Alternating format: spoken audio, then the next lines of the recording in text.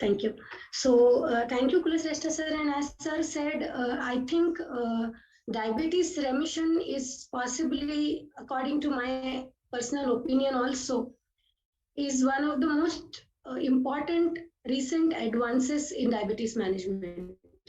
We are thinking about diabetes remission itself is a very important thing that has happened in past few years, I would say a decade or so, because before that, as a resident as well as a new practitioner, I always believed and thought that once diabetes means that there is a medication started and there is only way to deal with it is to start a medication, and you have to accept the fact that you have to be on these medications and medications to be added forever in life. So there is no question of thinking about this disease being managed by anything but the medications. So there is nothing against the medications as a disclaimer, but at least we are thinking about diabetes remission. There are still a lot of promises and pitfalls that are there with this term. And as sir said, I would like to share my thoughts and make some insights about this. So I would start with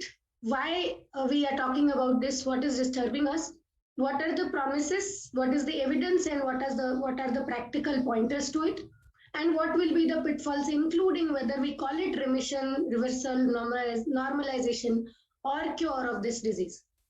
So this is a real patient that I have seen, and I'm sure we are seeing such patients day in and day out. 17-year-old with type 2 diabetes, 102 kgs, and HbA1c of 13.6%. Now, this is a natural history of type 2 diabetes. Whatever medication we start, it is bound to get failed in few years, that span maybe 2 years, 3 years, 5 years, or 10 years, depending on patient's inherent metabolism. But it is likely to fail, and we are likely to keep on adding one medication after the other for management of hyperglycemia. Whether we call it management of diabetes or not is a question, because according to me, high blood glucose is a diagnostic definition of diabetes. And the pathophysiological definition would be abnormal carbohydrate metabolism. And unless we deal with the abnormal carbohydrate metabolism, treating hyperglycemia is going to be only to prevent the complication, which is important, no doubt about it. But I think it's time that we also need to work on the abnormal carbohydrate metabolism, because we know the proportions of diabetic patients is increasing. It is happening at a younger age, 17, 20, 25, and the treatment is getting costlier and costlier. And if we look at the amount of patients of diabetes in our country that needs to be dealt with, if we only rely on medications, that is going to be difficult. We have around 488 oral anti-diabetes medications licensed all across the world, with 70 generic compounds as monotherapy and combination therapies. But why we are recently talking about type 2 diabetes is possibly the counterpoint study that was published by Dr. Roy Taylor in 2011, that is last decade, after which the remission came into discussion a lot. This was a small study on 11 patients done for 12 with 8 weeks of very low calorie diet, mainly formula diet. And what it showed was that in all patients, there was a total normalization of blood glucose without any medications. And the metabolic parameters improved, including improved hepatic insulin sensitivity, insulin secretion in form of first phase insulin response. And a very important parameter that was introduced by Dr. Roy Taylor was a pancreatic fat measured by MRI of the pancreas. So this was another parameter that came into our vision, which can define the pathophysiology of abnormal carbohydrate metabolism. We know insulin secretion, we know hepatic insulin sensitivity, we know muscular sensitivity, but MRI of pancreas showing pancreatic fat parameter that was added in the last few decades, 1 decade more than anything. It was followed by a counterbalance study by the same team, which showed that the result which happened within 8 weeks are sustainable up to 50% patients at the end of 6 months also. So at least 50% of these responders remain in remission for another 6 months. So what hypothesis they put forth was one at the liver, another was at pancreas. So because of weight loss or fat loss, the liver in the fat gets reduced, liver insulin sensitivity improves, and the gluconeogenesis is corrected. causing basal improvement, and the pancreatic fat reduction causes improved insulin secretion, giving rise to improved postprandial blood glucose. Now, this is called twin cycle hypothesis. And what they showed, what was very promising and very motivational, inspirational was the natural history of diabetes because of weight gain takes years and years to develop. Even though the diagnostic definition is when the blood glucose goes beyond 126 fasting, 200 pp and 6.5 HbA1c. But the pathophysiology starts much before that. In fact, as soon as the person starts gaining weight, whether it happens in childhood, puberty, young age, later age, whatever. But what is positive and what is a promise is that the negative energy balance or weight loss starts giving results within days. So what takes many years to develop in pathophysiology of diabetes can actually go back within few days of weight loss or fat loss. So the question of this being impossible to practically implement at a given clinic rather than as compared to a controlled randomized trial was answered by the DIRECT study, which was an open label cluster randomized trial at a primary care center in Scotland and England. And what they showed was even at the primary level, primary care level, such an intervention was possible. And what they showed was compared to control, the percentage of remission of diabetes. Now, control means the guideline-based treatment, which includes medications and a simple one-liner suggestion of improving the lifestyle or reducing the calories or improving diet, whatever. Everyone has their own way of giving a lifestyle advice. So that controlled lifestyle advice versus a calculated lifestyle advice, the percentage of remission was 46% with such a thing, and with guidelines it was 4%. Now, odds ratio of 19 is possibly unknown with any medication. This is very strongly correlated with weight loss of around 15 kgs or 15% of the baseline weight. Irrespective of what is the baseline weight of the patient, the normalization of blood glucose without any medication is very strongly correlated at this point when the patient loses 15 kgs or 15% of his basal body weight. Now, the conclusion was that it was possible as a practical target at primary care center also. Now, you would say this is a Western data, and what about India? So this was a trial published by me and my team where we implemented a similar program of a fixed diet or a recommended plan of diet, which is easy to implement in around 12 patients. We did not go up to 600 calories. We went up to 1000 calories, which we thought was practically easier to manage. And we did not replace all the meals. We replaced 1 or 2 meals, and then we kept the regular food on half of the time of the day. And what we could see was the baseline HbA1c of 9 was reduced to 6.2 of 12 patients. 6 of them totally remitted, complete remission, and back to no medications. And 50% had almost 50% reduction in the medications, which included insulin. So whether we call it remission cure, in these 50%, the definition is going to be different, and remaining 50%, the definition is going to be different.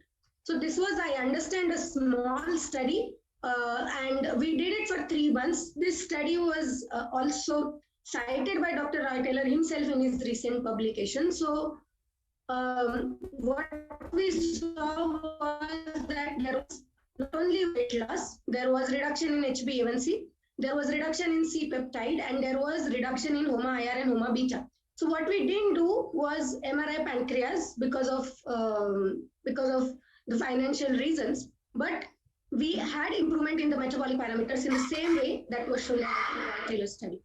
And what I would like to say is that the reduction in blood glucose is as fast as it would happen with any other medications. So within first week, such kind of sudden reduction in the calorie of the diet gives results. So it's not that we are experimenting with the patient or we are giving a trial and error thing. So the reduction in glucose levels is as fast as any medication with such kind of calorie reduction. Now, what is the promise that remission has to make? So we have a global and Indian evidence which suggests that calorie restriction in properly selected patients can remit hyperglycemia without medication. It also improves the baseline abnormality in the carbohydrate metabolism, at least in 50% of the patient. This is my guess, and this is my understanding also from whatever evidence is available. The subjects that are likely to remit, now the question is going to be whom we give this and whom we do not give this, because it is a tossing of the coin, 50% chance. So in patients with type 2 diabetes of less than 5 years duration, because after 5 years, the reversibility of pancreatic fat becomes lesser and lesser likely. BMI of more than 25, would that count? Whether it is BMI of 26, 27, 30 or 35, we don't know. Whether higher weight becomes more problematic or not. But anybody who has overweight or who is more than 25 kgs is likely to remit. This is something lesser than 3 number of OEDs is recommended, but I have seen in my clinical practice that initial patients, even with severe hyperglycemia and even needing, because like we said in this particular patient, HbA1c of 13 was likely to put on 3 or 4 medications. But such patients are also candidates for such a treatment, and it should be tried. And the patient should obviously be willing to and motivated to follow such a diet.